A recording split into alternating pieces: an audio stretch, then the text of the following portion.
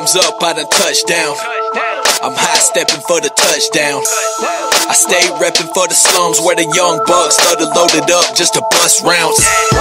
I'm steady having flashbacks. Welcome back to the AFC South Fan Battle Podcast, now part of the Brawl Network. So shout out to the Brawl Network. Love you guys, all that good stuff. Tonight I have with me some esteemed guests, or esteemed friends. I'm going to say friends. They aren't guests. These are friends.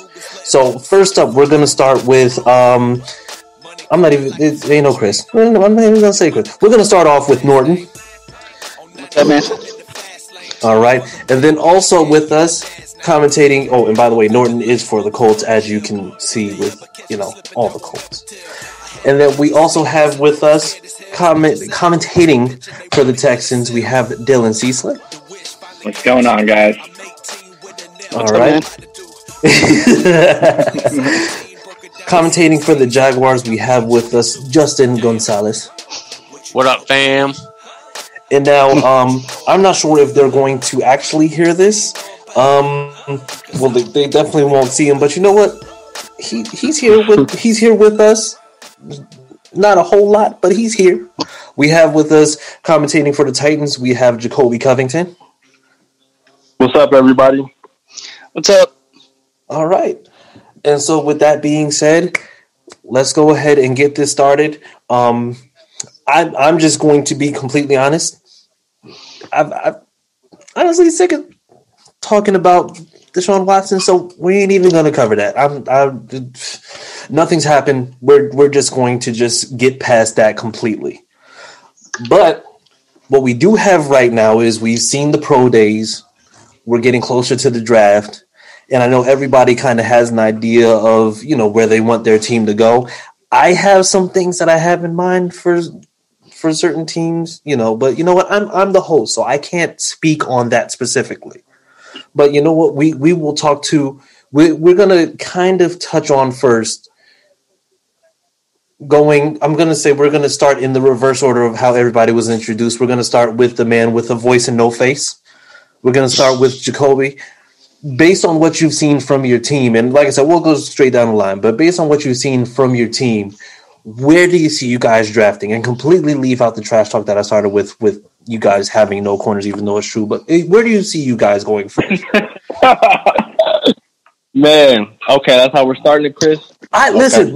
I'm here for color commentary. All right. So I'm, listen. At this point, everybody can get it. I don't care. Feel it.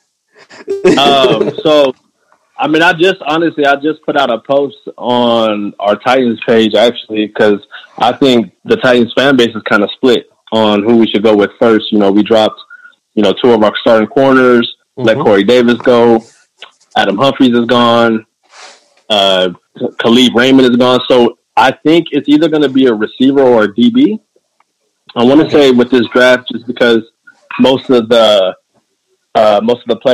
good players in this draft are receivers. I want to say we would go receiver first round and kind of take advantage of, kind of the receivers that are in this draft. And then maybe in the next round, probably go DB. Okay. But it could go either way. It could easily go DB first. Because Janoris is kind of old. He's 32. He's getting up there, even though he's a dog still. Please do not be, caught off guard by how he plays this year. But Janoris is a dog. So I don't know, we got to get a little younger in that position, but it can go either way, receiver or DB. So my question to that is, because I said the same thing, wide receiver, DB.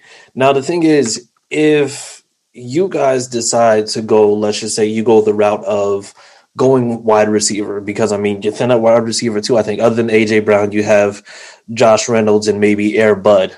But at that point, I'm not sure exactly how, so do you feel like if you guys go wide receiver, or let's just say go wide receiver heavy, do you feel like you miss out on secondary? Because, I know it's cornerbacks, but also, I think also strong safety as well.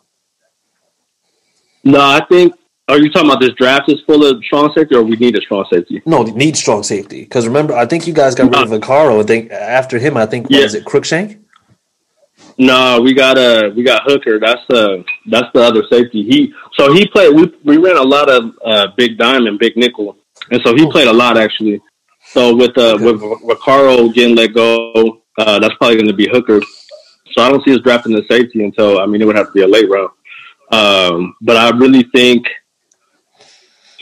like I said, I'm on the fence whether they go DB or receiver in the first round. It could go either way. I really don't know. I think we should go receiver just because, I mean, Reynolds is cool. He had a solid, last year as a number 3, but I mean, I don't know what his ceiling is, honestly. He's not Corey Davis. Don't let anybody fool y'all. The man is not Corey Davis. He's not that type of receiver. He'll get you catches when you need him. He's a chain mover, big plays here and there, but he's no Corey Davis. He's not going to, just dog a DB for the whole game. That's not him. So I think we really need to get a receiver first and then go DB second because we already got our 2 starting DBs. Gotcha. We still need a nickel though. So, okay, and I know this is a little bit premature, but based on what you've seen thus far, rounds 1 and 2, where do you see you guys going in terms of who do you see picking first round, who do you see picking second round? You know what? I haven't really been paying attention to too much college football this year, but I've been looking at the receivers a little bit, and I wouldn't mind taking Elijah Moore off of Ole Miss or Tony. I think his name is Tony off of Florida in the first round.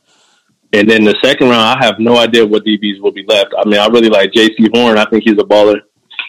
But there ain't no way he's even going to last, to the end of the first round. So I don't know which DBs, honestly, that are going to be left after the first round. But in the first round with the receivers, I definitely want either Elijah or that dude from Florida. Gotcha. Okay. Well, I mean, and ideally, that's like, of course, that's going to be the way to go because of the fact that you guys will be. I think you have a pick in the first, pick in the second, so it's just going to be a standard draft for you guys. Now, I'm going to say, just jumping to the next team, they have no lack of picks, but at the same time, it's just kind of like they have no lack of holes as well. Justin, what exactly do you see Jacksonville doing? Because, I mean, if I'm looking at that team, I mean, it's just like you signed some guys in free agency, but at the same time, it's just like it seems like it might be like depth. They might be fringe starters. Like, first off, how do we go about just evaluating exactly what Jacksonville really needs on that team? Because, I mean, from the outset, it looks like there's a lot. Yeah, I mean, safety help, I think, is the one glaring need outside of quarterback. But I think at this point, everyone knows where we're going with the quarterback position. So I think, obviously our DBs are probably our biggest point of interest that I think we need to go after. And after that, it's definitely the pass rush, and then try to get a tight end and try to, from that point, fill in those 3 big holes, with the DBs, a pass rusher, and then finding a tight end. I think, we're going to have some luxury picks in there in the sense that we can draft an interior offensive lineman. Creed Humphreys is a guy I really like, who's a really good center that could replace Brandon Linder, next year if we draft him this year. I mean, there's a bunch of guys that I think with the picks that we can draft guys that are high ceiling guys that maybe don't start day one, because we did sign a lot of guys in free agencies that is essentially going to tie us over for a year or maybe 2, that we can give those young guys, to sit behind those guys and be rotational guys this year after they're drafted, and next year they can look into start hopefully full time. But kind of where I want to see it at this point is I would really like to see a corner and a safety taken after the first overall pick. Trayvon Moorhig, I think is his name, from Tulane. No, not Tulane. TCU. He's a guy I really like. Corner wise, I don't think any of the good ones are going to fall to the second round outside of Tyson Campbell, which is a guy I really like. 6'2". A really good standoff or a man-to-man corner that I like. So that's kind of where I see us going. Gotcha. Okay. Okay, and like I said, I'm going to come back to that. Yeah, but I do want to kind of highlight some of the comments that are coming in. One of them was, it's nice to see a Titans fan being realistic about Josh Reynolds, apparently because there's been word that he is going to be the next coming of baby Jesus. But I mean, that's not from me personally.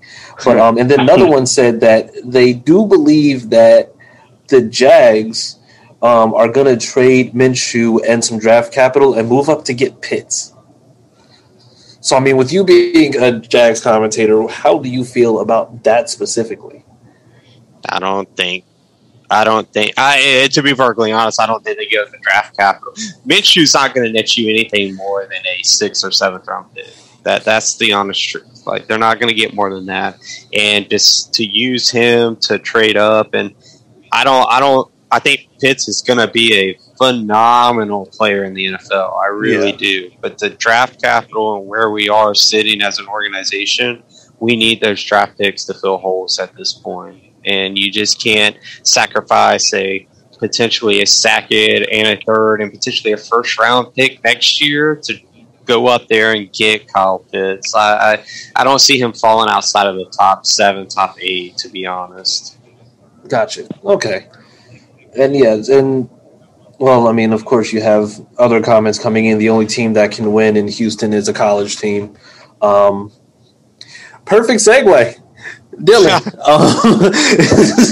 listen. I'm just taking. Listen. If they're there, I'm taking them. We're just gonna go. So Justin mentioned draft capital, and I saw that you kind of cringed a little bit on that one because we're talking about. I mean, I heard you guys talking about the draft, and honestly, I haven't really been paying attention to the podcast. I figured you weren't even going to come to me. The 2021 draft isn't really our thing, you know. You know what? I'm completely okay with that because of the fact that I know that it's been a rough going when it comes to draft picks. I think that there was a stat the other day that said that Laramie Tunsil has nabbed for the Dolphins 4 first-round picks. I think us 2 seconds in the 3rd. And I know, you watching that, you're just like, well, at least we got Laramie Tunsil, and I'm not sure. Yeah, I mean, there's no the original trade was an overpay, but I mean, I can't be mad at it. They didn't know, it's not possible to know we were going to have the 3rd overall pick. It's not possible to know that 3rd overall pick would end up getting 2 more picks. That's a great job by the Miami's GM. The trade, like I said, huge overpay, but I can't be mad that they traded for Tunsil. That people want to relate that because of the Hopkins trade, and the two aren't the same. The Hopkins trade was just a horrendous trade, and the Laramie Tunsil trade, we got a franchise left tackle that we overpaid for. But I mean, yeah, and I mean, O-line is has been for years a big issue in Houston. So, at least that you have that bookend that for a fact is going to be solid. But I mean, now with the job Casario's doing, what there's no 1st round, there's no 2nd round. I mean, is there any chance that there's a trade up for anything? What is the thought of what's going to happen in this draft? Because if I'm a Houston fan, I'm looking at this draft, I'm just they're deep at a lot of different positions. I mean, I'm getting frustrated just talking about it. I can only imagine what it's like being a Texan fan living through this shit. What is the thought? I guess the trade up could be possible, depending on. It depends on a lot. But I don't think so. I don't think they're going to trade up. I think they're going to sit at 3. This is going to be a weird draft. No combine, just doing pro days, players opting out. I think they sit at 3. Casario's trying to do his thing, signing 1-2-year deals. Basically, when he came in, he said that the first 2 years is just going to be getting depth, and then he'll start making the big moves 3 years from now when the cap rises again and stuff. So I don't think he's gonna try to jump up, and he's gonna sit back. He's gonna take his picks. I think you guys. I mean, we got a couple big contracts still. You could see some of them try to be moved. They might have to move back to move some guys with big contracts. Like no one's taking on Whitney Merciless contract. Could be like a Brock Osweiler type of deal where they're like, hey, we'll give you this pick. Just get Merciless off my team, please. Just to take them and release them. Yeah, but because of how weird this draft is going to be, I feel like he could feel comfortable at 3, and I feel like this is going to be a draft where you will be able, like, you're going to have guys fall into your lap and stuff like that. Yeah. Honestly... Go ahead, Jacoby. I was going to say, honestly, if I'm the Texans, I'm moving back. I mean, you have to. You need more draft picks.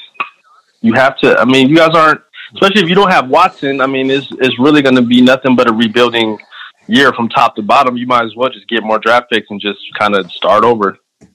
Yeah, I mean, I feel like that's a Casario move going off of, the small little pieces that he's been adding. I mean, he's in rebuild mode. We can, as Texan fans or whatever, we can deny it all we want, but we're in rebuild mode. New defense. That's a Casario move, in my opinion. He's going to move back. He's going to add a couple pieces, or he's going to stay where he is because we already are pretty far back. But I don't see him moving up. If we're moving back. Well, I have a question. So with the Tyrod Taylor move, that obviously means they signed him for a decent amount of money. What do you think that means as a Texans fan? I think that means, well, a lot of it's like Cam Newton contract. It's decent money right away. It's kind of like Cam Newton contract. I think it's 5.5 straight up, and then it goes up to 12 with incentives. So to me, that means they don't know what's going on with Watson, whether it's what's going on with him off the field, if they're trading him. I don't think they have any idea what's going to happen, because who knows? Draft day could come and someone could send them a trade, and they're like, "No, what? We can't deny it." But hey, we have Tyrod now to hold us over until we get another franchise quarterback or whatever. So I think filling his contract with those incentives was saying he's there if we need him. We probably will need him, but who knows? Maybe we won't. So let's just fill up that contract with incentives. And so I think he's there as like a plan B, but it's kind of like a plan A part 2, I guess. A, B, C, D. Exactly. So, and like I said, I'm going to be, of course, watching the draft for obvious reasons, but I can't be biased because I'm hosting. So, whatever with that. But I mean, I'm just going to be interested to see exactly what the Texans potentially do with that pick, because I mean, it does look like at this point they have to play the long game. Like you have to just basically get what you can now, see if you can get any value, and then just go from there. And here we go to the next one. And then talking about the long game. Now, Norton, we know that Chris Ballard's been building and building and building for years now. And, you saw Costanzo leave. You saw a couple of people leave. We saw a couple of people re-sign in free agency. I mean, that's fine. I hear the rumblings. I'm sure everybody else hears the rumblings. But, I mean, what exactly are the thoughts of where you go in those first couple rounds? Well, so, watching Ballard for 3 years, it's honestly one of those things. Colts fans, okay, year one, they all freaked out and want those big signings. Never happened. Year 2, same thing. Year 3, come on. We know this by now. So what he's done is he's signed a lot in the trenches for both the offensive line and the defensive line. Okay. We're still in talks with Justin Houston, so that's still a good thing. We brought T.Y. home. T.Y. came home on a phone call from Jim Irsay at the last minute, period. Yeah. He was ready to sign with Baltimore. They were going to pay him more guaranteed money up front than the entire Colts contract. So that's Jim Irsay pulling Jim Irsay stuff. But what I see is, so I think the first round is either if the right edge rusher is there, we take him. If not, we'll watch Ballard do what Ballard does. He's going to trade a pick and get a couple extra picks and move it on to the next thing. Then we'll address tackle. Ballard's already said he's discussed moving possibly Nelson to left tackle. We're going to pay him left tackle money no matter what. It doesn't matter You if guys got he's... Sam. Huh? You guys got Sam Tevy. Don't do that. Just go ahead and start him at left tackle. Costanza at left tackle. We played him once during a game, and Ballard said during summer camp, once we move all the O linemen through, that's when we'll figure out who left tackle is. So they'll either address it in the draft, or we're going to pay Quentin Nelson left tackle money. Why not put the best man in the league on the offensive line right there over on left tackle? See, and you know what? I'm going to come back to you, Norton, because I know what Jacoby did. And you know what? I'm trying not to be biased. I'm trying my best. But how dare you say anything about Sam Tevy, who's nothing more. Y'all got Big Sam. No. Nobody calls him Big Sam. Nobody calls him Big Sam. I said Big Quentin. He's talking about Sam Tevy, and nobody calls him Big Sam. He probably has a younger sibling who is much smaller than he is that doesn't even call him Big Sam. So you are not allowed. You're not going to do that, sir. I see what you're doing. I really do hope he starts. I pray to baby Jesus that Sam Tevy starts at left tackle. He's got a shot. Please. And here's what Ballard said during his Dan Dockage interview. He got me there, Kris. He basically said, we're going to keep the whole O-line open after draft and everything else, and we will figure it out. They played Big Q on left tackle to try and figure that out ahead of time. So I expect to see edge round 1, offensive line round 2, and then I expect to see some tight ends because Frank Wright loves his tight ends. We had somebody try out from Washington, 5th round pick today. We're still in talks with Justin Houston.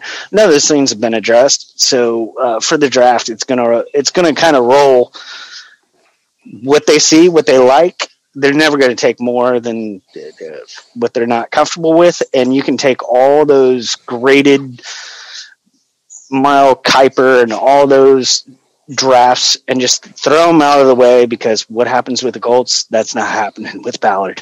Period. Gotcha. So I got a question. Go ahead. Yep. So let's say the season starts tomorrow. Colts fans are really comfortable with the old ass ghost coming back with Paris Campbell, who's gets hurt all the time. Yep. Pittman and Pascal, you guys are comfortable for real, comfortable with those 4 starting the season. Absolutely. At receiver. Absolutely. Okay. And because you know what, there's another 3 or 4 players behind him. What Frank Reich does so well is he takes what he has and he schemes. Because who knew about Pascal and some of those other players before? Y'all said, y'all said that Phillip Rivers was going to throw 30 plus interceptions. Guess what? No. People are efficient, and people are efficient in Frank Wright's system. And who was the most efficient? Almost an MVP, Carson Wentz. And guess what's going to change? You guys could have clocked the last 3 years. You take last year's system, not going to be the same. Phillip Rivers and Carson Wentz, not the same thing. RPOs are coming back in, and it's a different game. And not only that, Carson Wentz doesn't have to be hero ball. He's got JT, Marlon Mack, Hines, and a bunch of other people right behind. Yeah. And, just kind of before we go with that, so 2 names that you have in mind, let's just say Ballard doesn't move, which would be highly surprising. Who are 2 names that you have in mind for those first and second pick? Doesn't even have to be like in any particular order, just 2 names that you would like to see just be like, okay, that is like home run. I almost actually see a trade back from the first round to jump back into the second round, and I don't know what the names are, but I also see picking that extra pick up and trading for Zach Ertz. Really? Because Frank Wright runs on a 2 to 3 heavy tight end system. The best tight end we have on the roster right now is Jack Doyle. The Eagles are going to let Ertz go for nothing, and the relationship between Philly and Indy, they're letting Ertz shop. So what Ertz is going to do is, where do you think he's going to ask to go? So I could actually potentially see the first round pick going into a second, third round pick package and get us an Ertz here. Yeah. Okay. You think Ertz has much more in the tank, though? Yeah, he does. He was underutilized in the system. If you look, they had no O-line. I mean, literally, Wentz was trying to throw quicker than Phillip Rivers, who has one of the quickest releases when it comes to picking, but he didn't have the O-line to have the time to look at that. Yeah, but the only reason I asked is that from a fantasy perspective, I had Ertz, and I just remember Goddard get out snapping Ertz. I just didn't know if that was because of him being hurt, or was it? No, it's systematically. Okay. So where he was lined up, what Frank Wright does is he will actually take certain tight ends and move them in different positions. So like when he had his good ones, he knew he could put them in a slot position and get a better mismatch. Mm-hmm. Ertz has the physicality and the movement to actually outmove certain linebackers. And then you automatically have the chemistry between Wentz and Ertz. Fair enough. I like it. And I do want to speak a little bit on I'm going to say it's just like the conversation between you and Jacoby. The biggest thing now is going to be, and showing a little bit of my bias, but that's fine. It happens. But when it comes to playing a team like Tennessee, unless they address the secondary, I'm going to say quickly, I can see it's just like they'll get a lot of pressure, absolutely get a lot of pressure, but it's just like I guess it's just because of the fact that it's just like I just wouldn't fear passing on those corners. Like, I know that you said Janoris Jenkins is a beast and everything, but the thing is, it's just like Janoris Jenkins is 32 going on 33 in a league that's rapidly evolving when it comes to how fast the receivers are. So, I mean, even if you go ahead and you say something about T.Y., it's just like he's still at 5'10", 5'11", has to go against somebody like a Pittman. If Paris Campbell stays healthy, he's going to go have to against him, but then, goes against whoever's going to be drafted this year as well. So, I mean, I would fear Janoris Jenkins a lot more if this was St. Louis Janoris Jenkins, but, I mean, there's a lot more mileage on him now than there was previously. Yeah, but he's a press corner, right? I mean, he's just like Richard Sherman. He's a press Sherman's corner. still out there, too. Yeah, Sherman's older than he is. But look at his stats last year, and nobody still like hit on him, passed on him, or did any of that stuff. He was still a top 10 corner. Yep. Who's that? Sherman or Jenkins? Sherman. He still stays top 10. A lot of the Sherman success with the Niners, man, that was scheme and that D line that he had, honestly. And I know Bosa was hurt last year, but he doesn't. I don't know. I just don't think Sherman is all that good. And really, if he's in man, he's cooked. I mean, he's a zone corner through and through. Well, I mean, the one thing about Sherman is also that he has an advantage in the fact that he's also 6'3", which is uncharacteristically tall for a cornerback because, I mean, the average wide receiver height, especially in that division other than DK Metcalf, was around 5'11" to 6 foot. So, I mean, even if that is the case, it's just like he actually is still a very, very good press corner. But even if he's zone, it's just like he has the height to be a problem even still. And that's my point with Janoris Jenkins. He's literally fits that mold, and that's why he's been able to do it at 32 years old. And I think he's going to be good for this year. Now, after this year, I do agree with you. Address the corner in the draft, get your replacement, but I'm still high on Janoris. My big hope you know is, what? I talked to a lot of Saints fans too, and a lot of them were saying that Janoris outplayed Marshawn last year, and they play in probably the best. I mean, for receiver, the NFC South got to be the best division in the league. I mean, every team got a good receiver and a number 2. So, I mean, that says a lot about Janoris and still kind of what he has to offer, even though he's 32.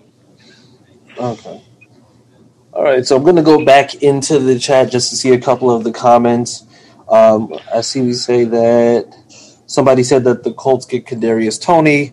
I believe that's at – wait, hold on. If I'm not mistaken, that's at wide receiver, I believe. Yes. I could be. I forgot we do have Cox still on the tender. Somebody was asking about Mo Cox. Yes, that guy has lots of potential too. Okay. But Frank Wright runs a lot of 3-end tight end sets. So yeah, that's and I where think I would look for the different. And then the Colts, they still have Trey Burton, though, correct? Nope, he's free agent. Oh, free agent? Okay, gotcha. Yep. Okay, and then somebody said the only person who wants Gardner Minshew is Samantha Burnett. Yeah, they said that a while ago. That's confirmed.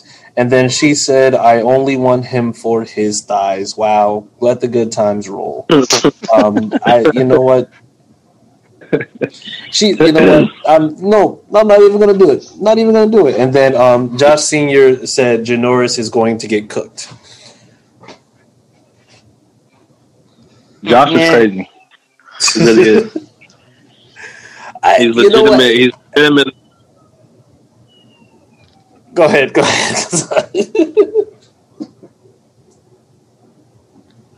I mean, do you want me to? I mean, Janoris, we already touched bases on it. We know what Janoris is going to do. I mean, there's really not much more for me to say at this point. Honestly, I was kind of upset we let Malcolm go, but it is what it is. You know, he was getting paid a little too much, so he had to go. He had to kick rocks. Got Janoris for a little cheaper. So, I mean, Mike Vrabel's running his defense that he copied over from Bill Belichick and Romeo Crennel, and he wants to blame it on the players. So get rid of the players, and we'll see what happens. Well, that's when push comes to shove. You keep blaming it on players and not the. That's what they did. Basically said that the defense wasn't good enough, so that's why we got rid of like 4 or 5 starters. So, I mean, I think it was a mixture of the scheme and us not being able to rush the damn passer, but we'll see. He has his people now, so we'll see how that goes. Yeah, I'm just always skeptical because of the fact that it's just like the switch was almost like an on and off switch when it came to how people, spoke when it came to, during the season. Oh, just wait till Adoree Jackson gets back, then our secondary is going to be back to full speed. But then he gets released, and they're just like, oh, great, couldn't wait to get that bum off the roster. It's just like, wait, hold on. You were saying that he was going to be like the end all to everything when it came to making sure you're shoring up the pass coverage, and then now you're saying that he was a bum and that you didn't need him anyway. It's just like, which one is it? It's like that just. You know what it is with Adoree is he's been so up and down that the whole fan base, I'm telling you, is split. And it was the same with Corey Davis. They were split. Like, do we need to keep him? Do we need to let him go? I mean, I've been an Adoree supporter since we drafted him. He is trash at returning punts and kicks, but when it comes to, being a corner, he has his day. And you can't teach speed. You can't coach that, and he has that. And he's an elite corner when it comes to speed and being able to, run with receivers. But the man's technique is just poo-poo. So, I mean, he had to go. He's not a man corner like Janoris, so that's what Vrabel wanted. So we'll see how that goes. But the whole fan base has been kind of on the fence about Adoree. So some people, I'm sure they wanted him to go. Some people wanted him to stay. But either way, he cost too much fucking money, so he had to kick rocks like Malcolm. Well, after seeing how much he got paid, I can semi-agree with that because he got paid a lot. Like, I mean, he got paid. Yeah. He got paid double digits, but I mean, when it comes to free agency, it's just like, to me personally, that first wave is always going to get overpaid no matter what it is. It's just like you got injured guys getting overpaid. You have guys who literally do not do that. Like, to me, it's just like, I'm kind of glad that, Chris Ballard kind of takes that approach with free agency because, I mean, build through the draft, it comes organically, and then pay your own guys rather than just paying a guy who has never played for your team a lot of money. Well, that's the hard part about being a Colts fan is watching all the fan base cry and shame for the first 2 weeks. Why didn't we sign this guy? Why didn't we sign that guy? Well, we're getting ready to pay Big Q and Darius Leonard serious money. Yeah, they're going to take all the cap. Yep. And by the way, I'm pretty sure this is directed at you, Jacoby, but it said if it isn't their cousins, Titans fans don't want anyone. What? I didn't hear that. What did you say? Yeah, Matthew Briggs said if it isn't their cousins, Titans fans don't want anyone. There we go, being cousin fuckers and pandas, trash pandas, trash panda. Titan way. Apparently, that's the Tennessee thing. Don't forget mayonnaise connoisseurs. Oh yeah, that's right. Yeah. That's right. That's the thing we look for when we're in the trash. That's right. Yeah, you look. Oh. Where's that Right. I think there's only one fan here that knows exactly who they're drafting the first round. That'd be a Jaguars fan, right? They don't. I don't. So and this is actually a good point, Justin, because I've heard some things that said that Trevor Lawrence might not be the quarterback that they picked overall. Stop. Listen. I'm only going according to what I actually see, and I mean, it's listen.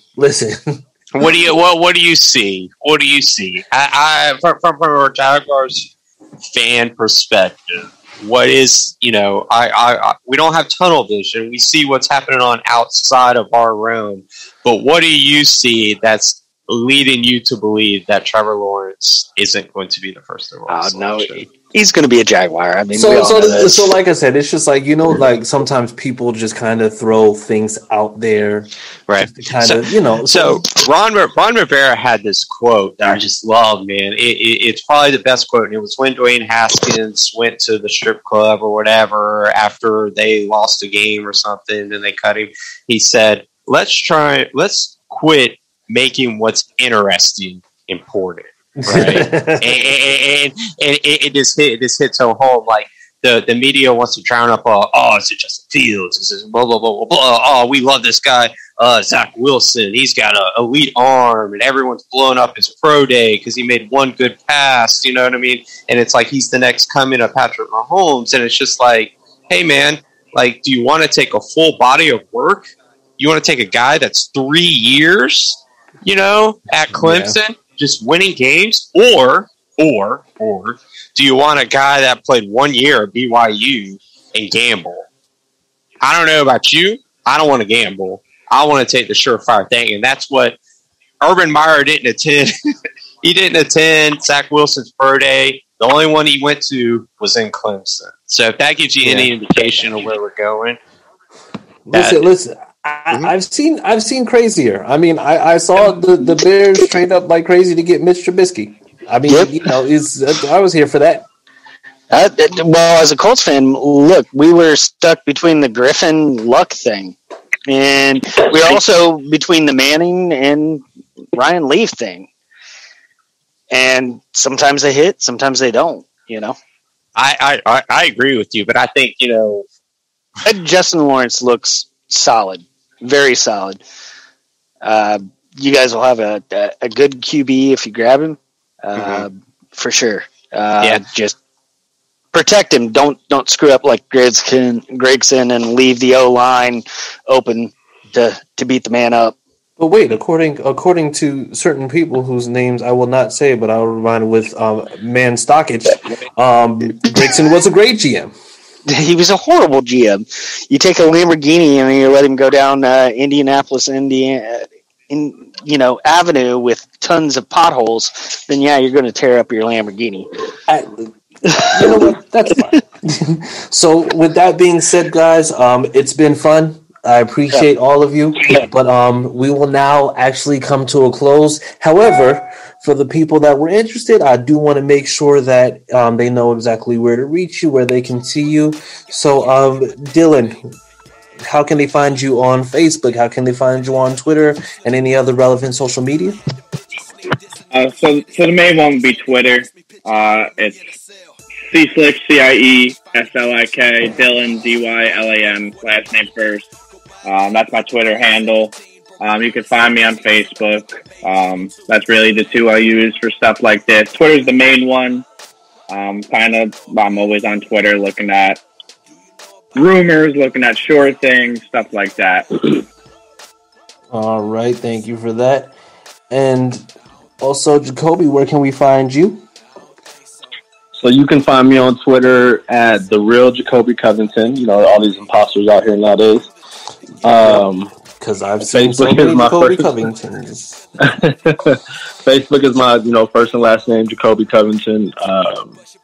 Yeah, that's pretty much it. All right. What about you, Norton? So first and last name on Facebook. I'm in the fan battle page and this page. If you're looking at me on Twitter, it's Norton Rock 77. There you go. All right, thank you. And last, but certainly not least, Justin Gunsaulus, how can we find you? I'm on Twitter. It's Bearded Guns with a Z at the end. Oh, we got ourselves a badass. All right. So with that being said, thank you everybody. Once again, big shout out to the AFC South Fan Battle page. Also, big shout out to the Brawl Network for having us, tolerating us, and all that other great stuff that goes along with it. Other than that, guys, you have a good one, and we will actually see you Thursday. Actually, see me Thursday on the Hypecast, along with some more of my friends. I'm not gonna say special friends because community standards. All right, y'all. So go ahead and take it easy. Love you, and we'll talk to you later. All right, appreciate it, guys.